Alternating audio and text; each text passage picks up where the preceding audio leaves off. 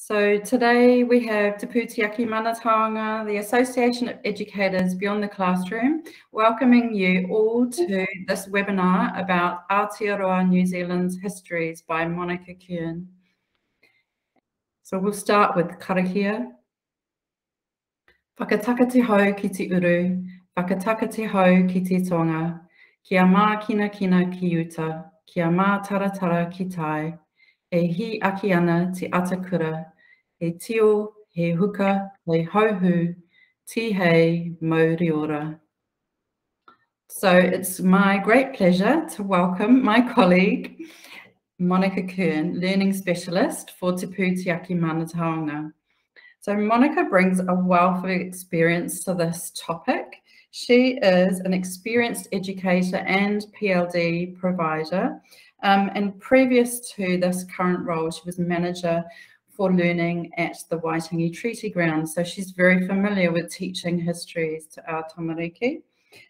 She also led a project team to develop some teacher resources associated with the new histories topic for the Ministry of Education. So when you follow the links to their site, you might discover very soon, I'm not sure if it's published just yet, but it will be there very soon, the resource that she created. So without further ado, I'll hand over to Monika, who will tell you all about this new topic released just 2 weeks ago today. Yes, thank you, Helen. Tina koutou katoa, ngā mihi nui kia koutou. Welcome. Thanks so much for joining us today as we have a look at the final curriculum content, Aotearoa New Zealand's Histories, and what we think it means for those of us in the culture and heritage sector. Now, Aotearoa New Zealand's Histories is something that many of our organizations have shared for a long time. And some schools have taught it really, really well over the years. And some schools were a little bit more unsure about what is the learning that cannot be left to chance, the learning that really matters. So this is what this new curriculum content is now making a lot clearer for all of us. Doesn't mean that this is completely new learning, that it hasn't happened or hasn't happened well, but we know it's not been consistent across all our schools and across all year levels. So this is really what this new curriculum content aims to remedy, and we will be able to support schools along the way. Now, as we're going through this webinar today, I've put some thinking prompts up for you individually. I just call them here pate kia koe. And when we get to that place, just pick one of those questions and have a think about it.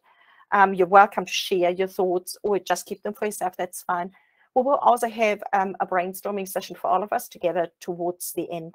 Hipata kia koutou, I called that. So this is what the new curriculum is shown by a lot through the document. And it is this braid that is braiding together, understand, know and do. Now, this is a sign of what's to come because there is a big New Zealand curriculum refresh on at the moment. And it is talking about understand, know and do. 3 elements interwoven across all the different learning areas. What the Ministry of Education is looking at is quality local curriculum at Maro Akura and putting that into a clear and transparent progression framework. So if you remember back in November, we had a webinar by Alison and Sue. They were talking about local curriculum. And local curriculum is something that has been really strong in Te Whāriki and early childhood learning for quite some time. And it has always been prominent in New Zealand schools, but it is really at the center of this new curriculum content. When we look at these 3 elements, understand, know, and do, they cannot be artificially split. They sort of look a bit split here on this display, on this diagram, but they're interwoven because students will develop their understanding by undertaking the do practices in the national, roe, and local context of know. So it all needs to be woven together to make sense. We've got a little poll sitting at the back end of this slide right now. So Mel is going to make this live. And what I would like to know from you is how much do you know about the new curriculum content so far? I'm very familiar. I've looked through it. I have not explored it yet, just to give us a bit of feedback where we're at. Cool to see the answers come in. So a lot of you have looked through it. That is really good to know. So please, my apologies in advance if some of the things that I will be talking about today are really familiar for you. And feel free to feedback in the comments if you want me to speed up or slow down with any of those aspects. If I don't see it myself, I know Helen will let me know. Awesome. So if you want to find out more about Aotearoa Histories, there is the link to the website. And a little bit further down is a link to a Vimeo video that is explaining what this Understand, Know and Do is going to be all about, whether it's in Aotearoa New Zealand's histories or in any of the other areas. So let's have a bit of a closer look at the Understand part. Now in this final version, students have 4 big ideas to understand. Throughout their years 1 to 10 of their schooling, they will develop this understanding that Maori history is the foundation in continuous history, that colonization and settlement have been central to our histories, that the course of our histories have been shaped by the use of power, and how relationship and connections between people and across boundaries have also shaped the course of Aotearoa New Zealand's histories. So this is really important to keep in mind. It doesn't say that the kids are learning facts or dates or battle names or battle places. The kids are understanding these 4 ideas through all the learning they're doing over the first 10 years of their schooling. And those of us that have taught history for a while, we will find it quite refreshing that all students well, hopefully you find it as refreshing as I do, that all students will learn this, not just those that hang in there all the way to year 13 and then pick history as their subject.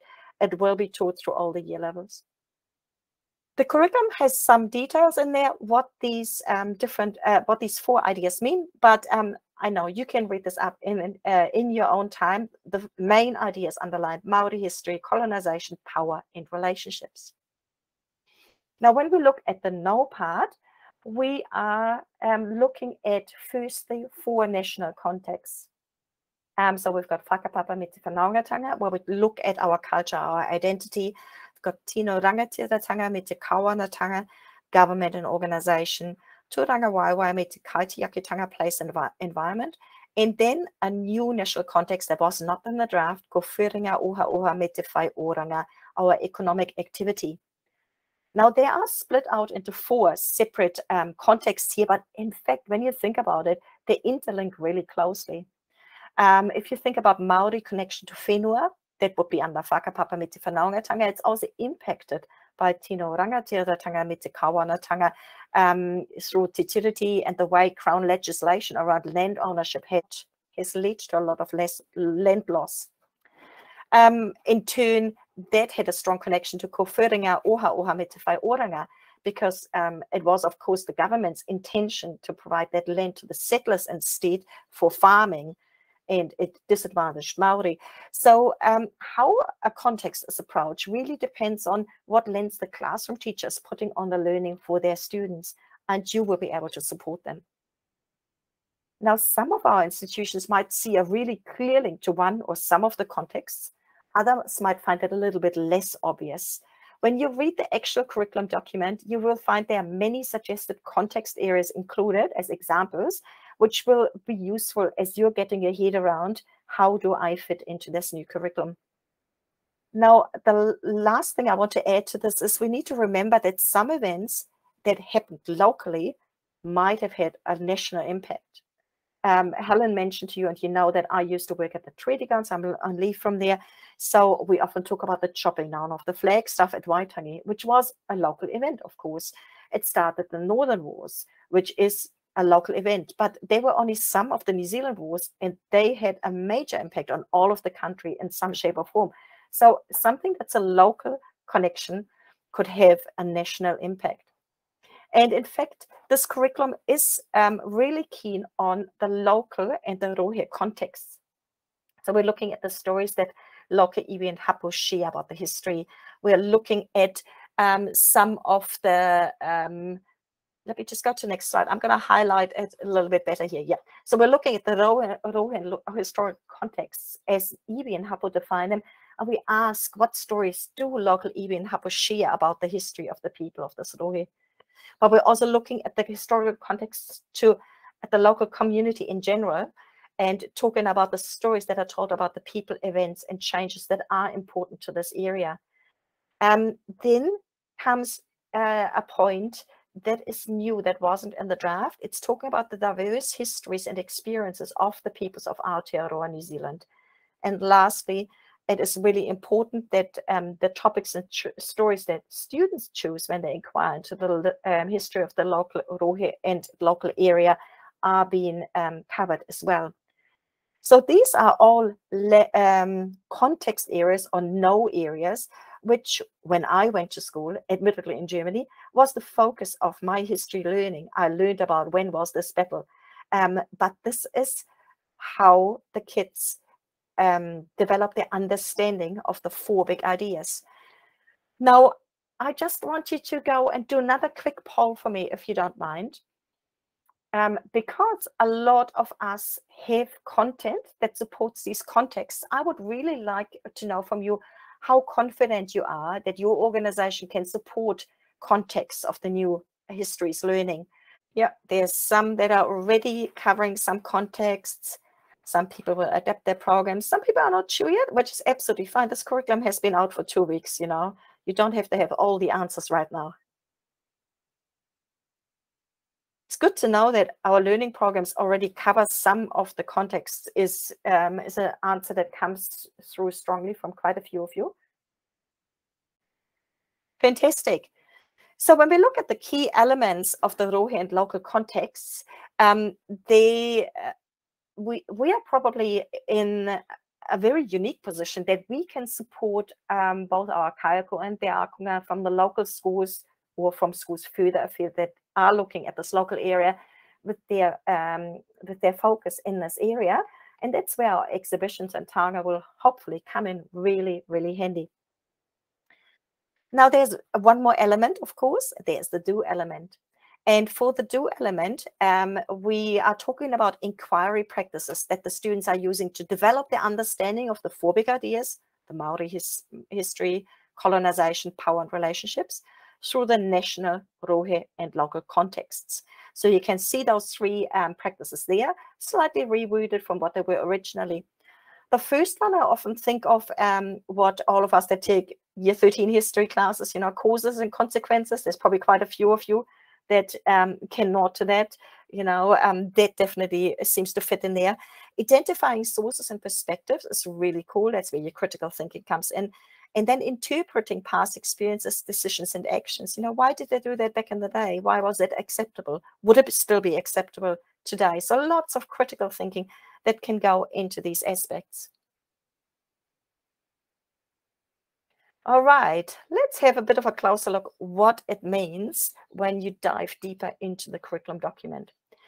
So this curriculum, similar to the digital technology curriculum that came out a few years ago, is using progress outcomes rather than achievement objectives. And that means that learning is chunked. So we are talking about the kids that are 5, 6, and 7-year-olds in years 1 to 3. They are beginning to understand the 4 big ideas. And then over the next 3 years, their understanding will become deeper. Over the next couple of years at intermediate age, they will have a broader and deeper understanding until by the end of year 10, we hope that our students have a broad and deep understanding of the 4 big ideas, which we have mentioned a couple of times now. So there's going to be a progression, and it's really important to know that that is the way schools are tending anyway. So we're no longer looking at after 1 year, this is what's happening, but we're looking at, well, kids are sort of moving that way. Those of you that have children, you know your Plunkett graphs in the Plunkett book, the growth charts. It's similar to that, you know, how you slowly move up, and you will find that there's a certain expected progress, but some kids develop faster, some kids develop slower, and sometimes it depends on what's going on in their life at the time. So when we look at these progress outcomes, when we look at the 4 big ideas, I've got some thinking prompts for you. I want you to think about one of these questions. How well do I understand the 4 big ideas, and how can I expand my understanding? Or you might think about how do I or how could I support visiting students as they develop their understanding of the 4 big ideas? or maybe just of one or two of the 4 big ideas. And building on the Taonga exhibitions and collections at my place of work, how can I support classroom teachers with understanding the 4 big ideas? 4 big ideas, again at the bottom, it's Maori history being continuous, the effect of colonization, the use of power, and the relationships that have shaped our history. There's a lot of words on the slide. Some of you might, want to think about this for way longer than we've got the slides up for. So we can go and we will share the presentation later through the website like we normally do, and you can always go back to that later on.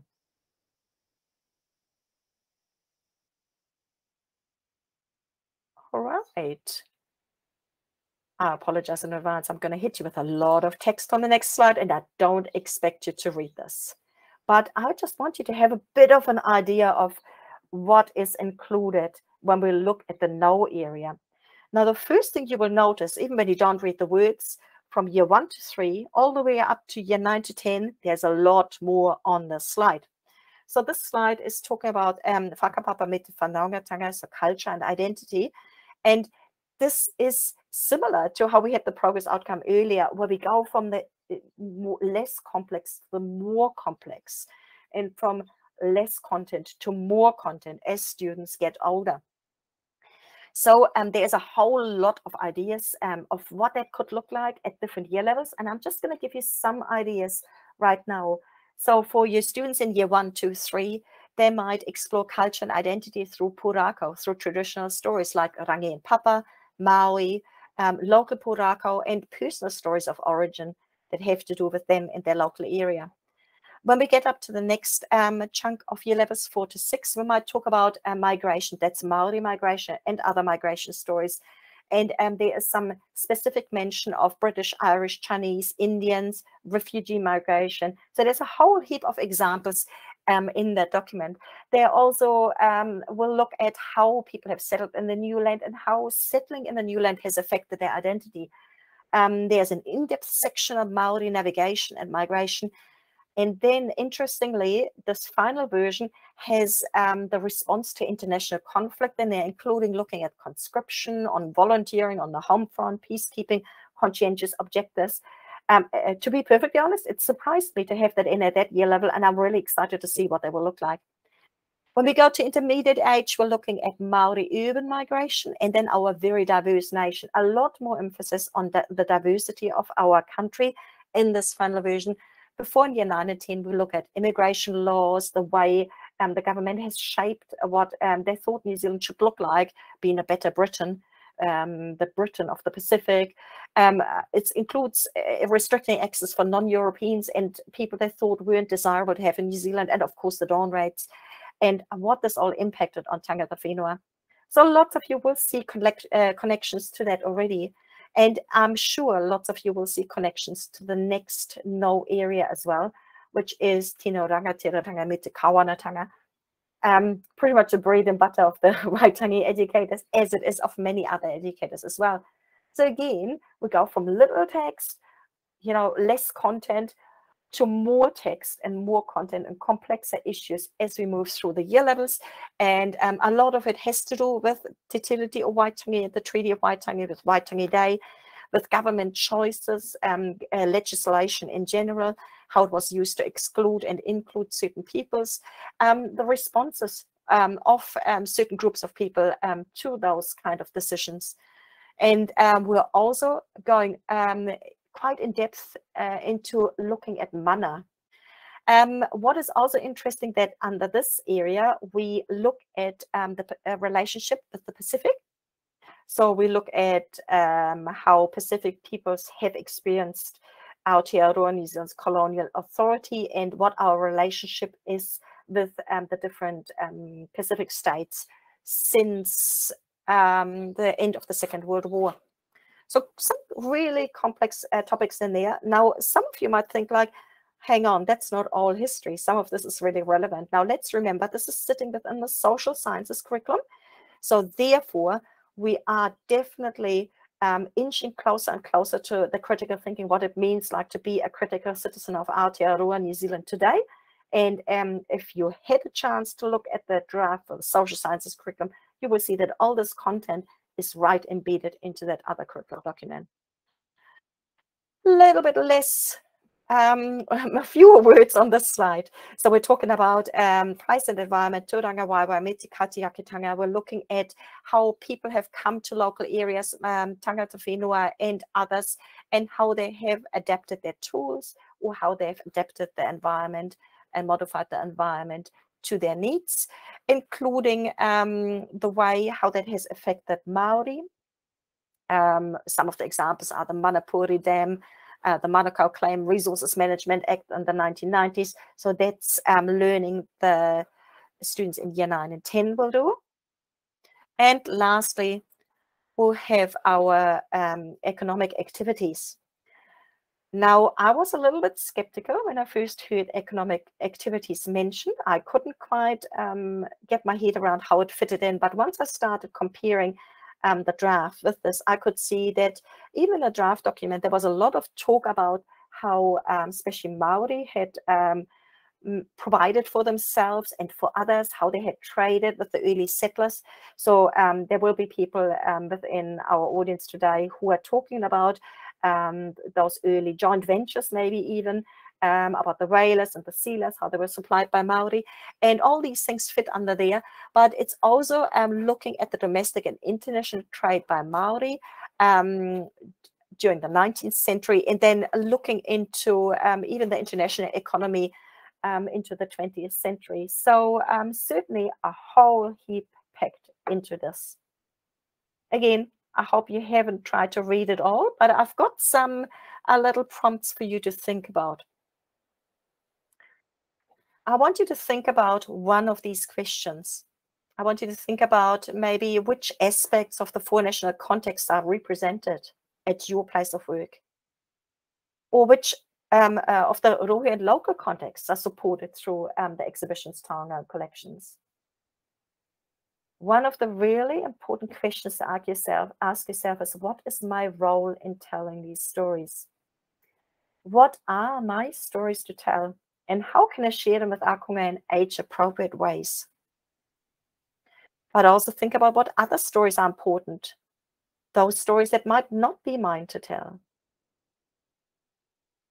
Maybe if I was an educator at Waitangi, there might be certain stories that are not mine to tell. You know, I might tell the story of the signing of the treaty at Waitangi. I probably wouldn't talk about other places where the treaty was signed. That's not my story to tell. Just one example. But maybe there's a way to expand my professional relationships so I can strengthen my stories and I can understand who will tell the stories that are not mine to tell. So have a think about this. Dear Pari, you're making a good point there. Many towns are built on top of Maori settlements. Yeah, military settlers who became farmers and basically drove off Maori in many ways.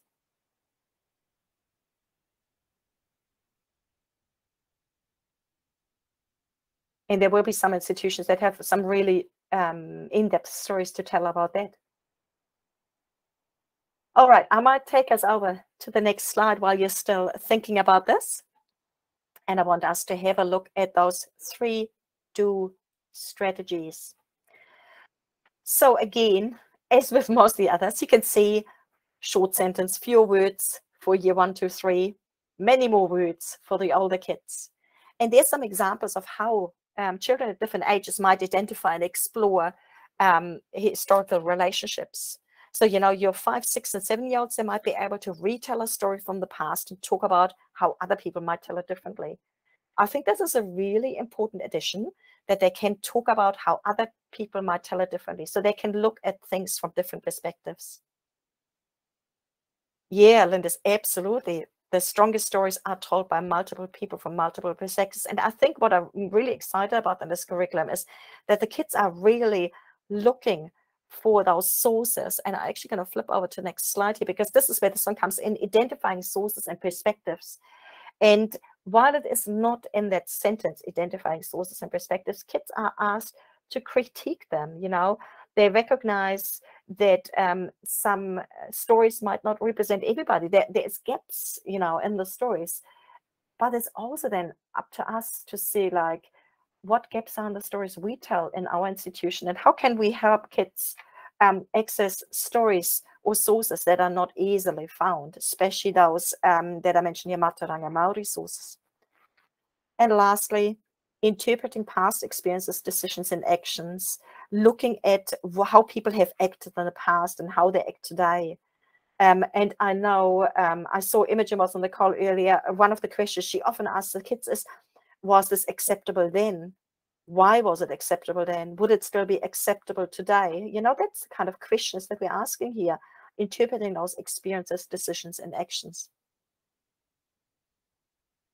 So for someone who loves history teaching, it's a really exciting curriculum document. I think there will be lots in there for us to get involved in. And here are some of my prompts for you again. How can the exhibitions, Taonga, and collections at my place of work support this classroom learning at the different ages? What aspects can I not support or not support yet? And I have had conversations with some educators, and you probably remember these conversations where people have said to me, I've been asked to speak about this by the teacher, and I wasn't able to support that. That's not one of the stories we tell, or that's not one of the kaupapa we can support. And we need to be clear on that, what we can or cannot support. Now, out of the things we are doing currently, what do we need to continue doing? What might we have to stop doing or start doing? For example, maybe you will provide children with more diverse sources in addition to what's on what's on display, or maybe you will stop giving them the answers, help them find their own answers. I'm not very good at waiting for answers for too long, so that's probably something I need to do. Now, maybe you're thinking about, what will be my first step from here? What support do I need, and where will I get this support? And luckily, we've got a group of experienced history educators who we've had some conversations with over the last little while, and they will share with us some of the ways of how they deal with history teaching next term. Yes, Aotearoa, supporting the teachers is absolutely critical. I think so too. Awesome. Okay. Now, what does this look like in action? I think quite a few of you can probably know exactly what it looks like in action. You've done that before, or maybe you're starting to think what it could look like. Now, when we understand, know, and do together, there is some examples I've put on the slide here that you can have a look at. So one of them is looking at history on the Otago Peninsula. The other one is a clip where Mercer School is looking at they set up their first New Zealand History Day, and that was on the news actually. There is some video examples of what looking critical at images or using historical images to stimulate curiosity about the past, what that looks like. Those examples here under do, they come straight from the new Aotearoa New Zealand's Histories website, and there will be more content coming up on there over the next little while. So keep on dipping in and out of there. There is more coming. Now, here we've got an example of what it looks like exploring local history in early childhood. And that's actually one of the examples that Anne mentioned in the webinar last week, where you might remember, I think we had an image of a toddler touching a piece of ponamu. And that's the story that goes around that. Lastly, I'll put a link down the bottom. It's called Teaching Tips, Engaging with the GLAM Sector. I did give them a bit of feedback on the article they've written there. There are some examples on there of how we are supportive. My suggestion to not use the term GLAM wasn't taken on board at the time, but please feel reassured that we believe you don't just need to be a gallery, a library, an archive, or a museum to support this learning. In fact, all of us in the culture and heritage sector can support this learning. All right, I've done so much talking. My apologies. So I'm going to get you to do some of your own talking, written talking. I really would like us to collaborate and have a bit of a think about how we collectively can support the rollout of Aotearoa New Zealand's histories. So I've set up a Padlet. You can see the link on there, and Mel has just put it into the chat as well. There's a QR code. If you've got your phone open, you can just scan the QR code there, and I'm going to flick us over to that so you can see what this looks like. So how do we, or how could we support teachers in schools, students, whānau families, community, iwi and hapu? Any ideas you've got, any thoughts, any suggestions, what you're already doing or what you might be doing, just double click anywhere on the screen. I hope I've set it up in the right way. Give me some feedback if it doesn't, and you can type in there. So for students, what are we offering them? We are offering them the opportunities. See, Taonga that were representative. I'm not very good at talking and typing. They are learning about. When you have added whatever you want to say on there, click on publish, and hopefully I've set it up in a way that you can then go and move it wherever you want to go. Oh, perfect. Fantastic. So I'll just leave you to populate this.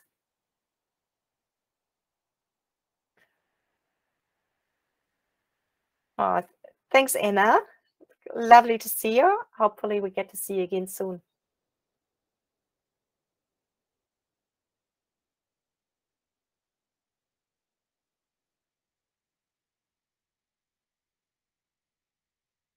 Now, I really like this suggestion here, provide support and expertise to create educational resources. That is really awesome. Providing a space or venue for local iwi events or talk. That's a great idea, and I hope some of you are already doing this. Be available for students when they are ready to focus on their own inquiry. That's really cool, and I would love to find out a bit more of what that could look like. I don't know how different organizations handle that. I know that at Waitangi we don't have self-guiding, so we keep our whole groups together. You know, that makes it sometimes quite hard for kids to pursue their own questions because they might be in very different places around the grounds to find their answers. Oh, I love that somebody has found the colors. Awesome. In fact, I'm going to see if I can scroll out a little bit so I can keep all your beautiful ideas on there.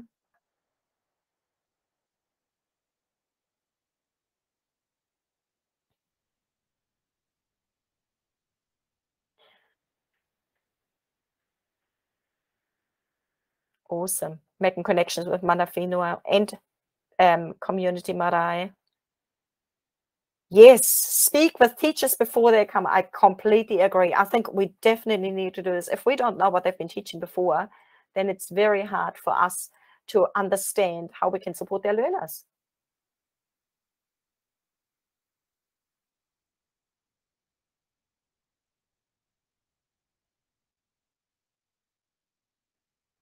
That's really cool. In early days, offer fully formed lesson plans with questions and answers about our side. Yep, that could be a really good way of doing that. Create digital resources in collaboration with rangatahi. Yeah, isn't that so cool? Imagine what these young people are actually all going to find out about our histories and how they can share it back. And we know that what you can teach other people is what you really learn and keep in mind. So if they can go and teach other people, they've truly understood what it's all about.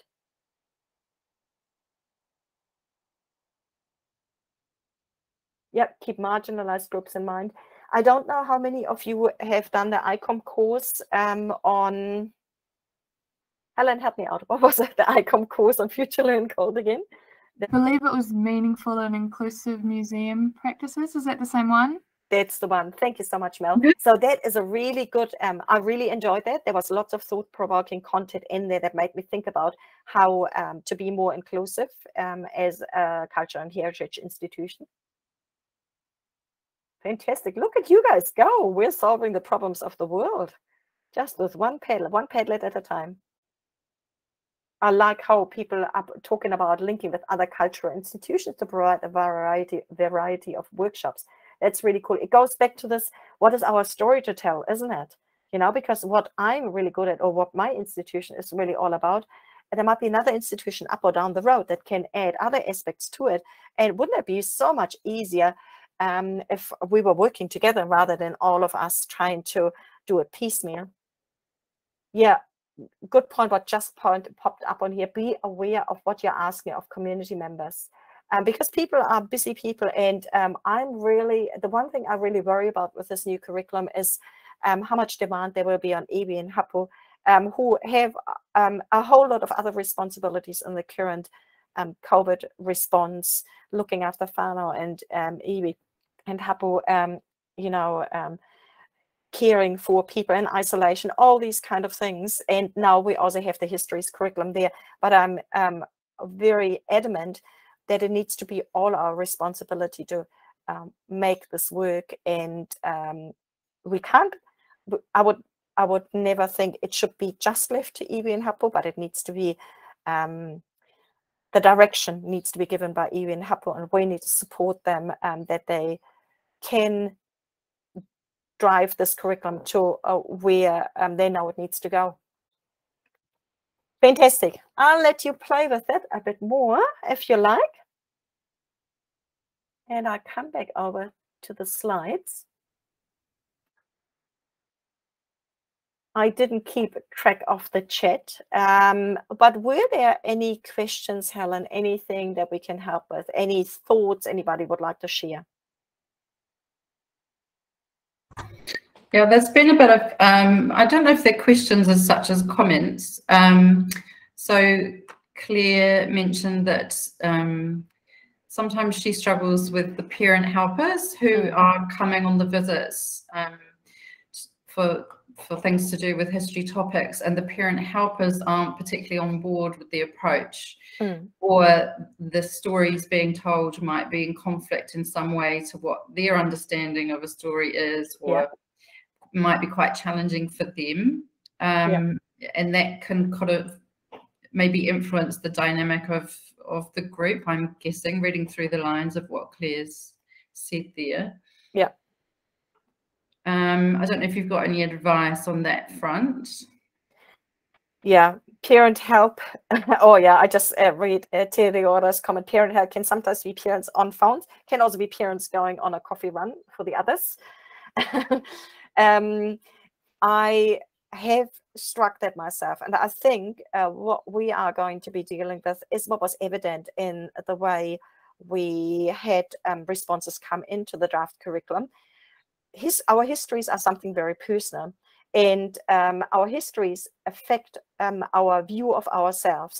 You know, it's all about our identity and the way we see ourselves. We can see that, we see the way we see ourselves can be tainted negatively if we only think about it in a very single-minded way. What I'm trying to say is that people will feel that we're contradicting themselves and that we are attacking their view of themselves when we teach their children something different. I think what really needs to happen is that while we're educating children, we're actually educating adults. And maybe we can think of ways of how we can include the adults in the learning. You know, can we set up activities, group activities, where the parents are part of it, where it becomes an aqua situation, where not the adult is telling the kids what to do, but we set up the group activities that there might be 5 kids and an adult working on this. And we can challenge the adults to contribute towards it. I know not everybody will be working like that, but you know, the more we include whānau and parents and grandparents and whoever else comes along and support this kaupapa, the more we will actually end up with a whole society that knows more about it. Now, it's not going to help for some of the people who don't want to hear anything else. It would be really lovely to see if anybody has some suggestions of how they have been handling those really controversial exchanges. Is there anybody in the chat who is writing about that? I see lots of things coming up. Yeah, Ricky said that he's been ending sessions and encouraging students to go home and share something that stuck with them for their whānau. And at Canterbury Museum have said they have an expectation that parents are involved in the activities they're teaching for exactly the reason you're talking about. Yeah, Nathan says messages and themes for younger students can be got across and learnt about without strong language. Yeah, so using it, I think as well, maybe giving the parents, teachers and students a bit of a heads up before you start, understanding that while you're there to teach the children, you may also be teaching some of the adults in the room. Maybe give them a heads up before you start. These are the sorts of topics we're going to be talking about today. So you might find some of the things we say challenging or something like that. Just kind of put a statement out there at the beginning, so they're kind of prepared for the fact that they might be feeling challenged on something. I think that is a really good thing to do, and it could be done in a variety of ways. I know our friends from Auckland Museum have a very entertaining video on their website that talks about you know, what's happening during the visit, which includes, you know, a parent looking in his phone and disappearing, you know, you must stay with the group kind of thing, which could be adapted for, you know, what do you want to happen.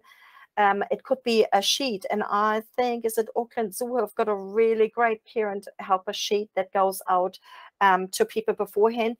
But it is also the reminder at the beginning and during the session to remind parents that they're there to support the kids' learning, and what the kids are learning today might be different to what we learned when we went to school. But hopefully they can help make sense of this. And, you know, just like with challenging students, sometimes it's quite good to give people a teeny tiny little bit of a challenge to work towards. It won't work for all parents, but hopefully it will work for some of them. You help the children understand that this is how we see history today.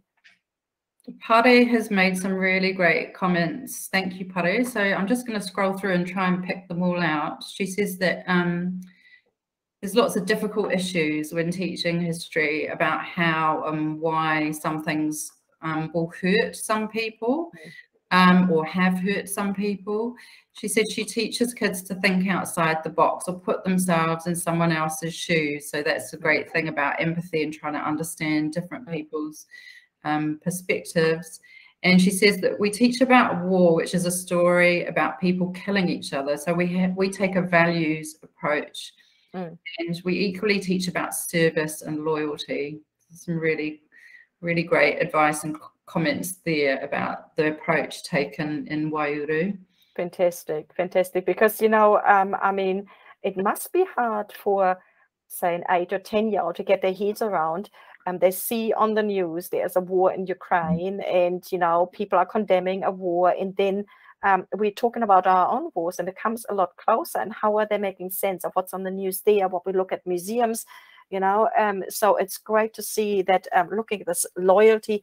I've often also used the approach of people made the decision with the best information they had at the time. So, you know, a call for us all to look for the best information and to realize that sometimes hindsight is a beautiful thing. In hindsight, we might have done things differently. Nathan makes the point that for younger students, some things might be quite challenging and that we have to be careful about the language we use. I don't know if there's any advice in the curriculum document along those lines. Now, there will be some more guidance come out over the coming releases of support materials. So there is already some information on the Aotearoa Histories website, how to, you know, incorporate some content. I know that our team in particular did talk about created some content that will go up on the website, how to deal with difficult histories. So hopefully there is going to be some really interesting material we can dip into. Oh, there's some such cool things coming through. Sorry, I only see glances of the messages come up here. You guys are amazing. Yeah, so there's so it's not just younger children that might find things challenging. Emotional teens also find things challenging, and menopausal women. That's a great comment. Thank you. Yeah. Not that I'm putting myself in that category at all. Keely says, we ask children what's the greatest taonga in our sight? And the correct answer is them, the children, and keeping them safe. Therefore, involving the parents to take care of their children and stay safe with them throughout their visit. That's a really lovely. That's cool. Lovely approach, isn't it? That's a Yeah. really great way of framing difficult conversations. And I think, I think a lot of this is the skill, isn't it, of actually providing a safe space for challenging or difficult conversations to be had. So that's, yeah, we have to put a lot of care into the way that we teach this subject.